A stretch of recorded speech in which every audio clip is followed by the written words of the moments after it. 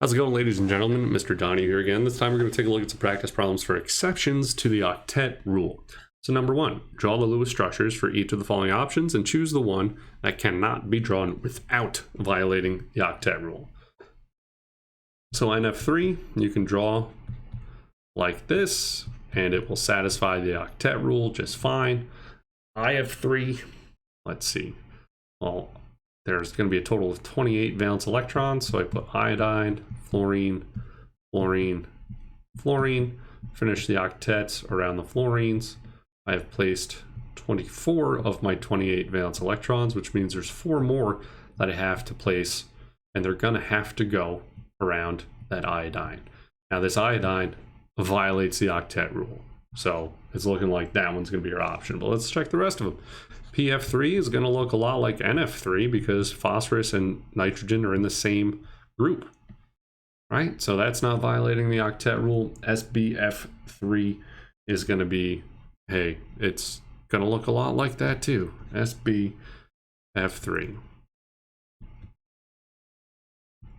And then that's not violating the octet rule. And then SO4 minus 2, you can draw like this. And then complete the octet for all those oxygens.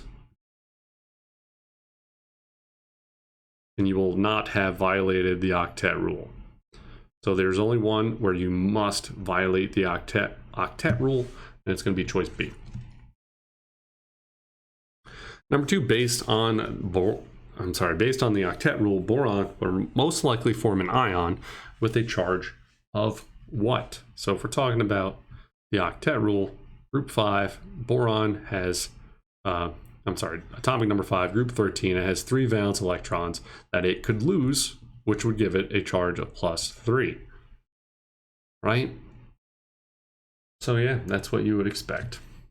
Number 3, which of the following does not have 8 valence electrons?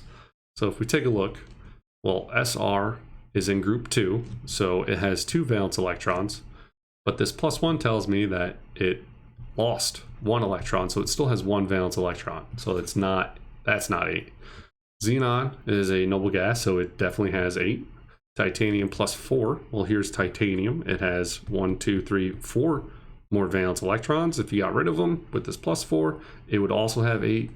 Chloride ion is in group 17. It has 7. This minus tells me that it gained 1 electron, so it has 8. And then rubidium +1, well, it's in group 1, so when it loses 1 electron, it has 8 valence electrons. Best answer, choice A. Number 4, draw the Lewis structures for the following options and choose the one that cannot be drawn without violating the octet rule. Ta-da, here are the structures, right? So out of all of these options, there's only one that cannot be drawn without violating the octet rule, and it's going to be SeF4. And the reason for that is if we take a look at SeF4, well, fluorine is in group 17. There's 4 of them, so 17 has 7 valence electrons, means we have 28 valence electrons from fluorine, and Se is in group 16, which tells me we have 6. So we end up with 34 valence electrons.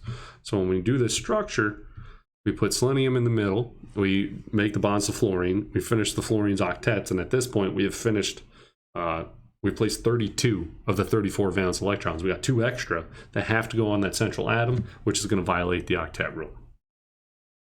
Number 5, when drawing the Lewis structure for BeCl2, why would you not draw a double bond between Be and Cl? Well, first off, you do, all right, Be, bond to chlorine, Be is in group 2, so there's 2 valence electrons, chlorine's in group 17, so each of them has 7 valence electrons. We have a total of 14 valence electrons to place. So when we do this, we place the valence electrons around the non-central atom. We have placed all 14 valence electrons. But beryllium doesn't have an octet, so you might be inclined to make a multiple bond. But if we check the formal charges, well, for chlorine, had 7 valence electrons, minus 6 are kept to itself, and the 1 bond. So those chlorines have a formal charge of 0, which is good. And then let's also check for beryllium. Well, beryllium had 2 valence electrons. It didn't keep any to itself, and it made 2 bonds. so its formal charge is 0. So the reason that you wouldn't do multiple bonds is because the formal charges are satisfied when there's only single bonds. Draw the structures for the following molecules for which is it impossible to draw a valid structure without violating the octet rule. So I'm gonna cheat and just tell you that it's A.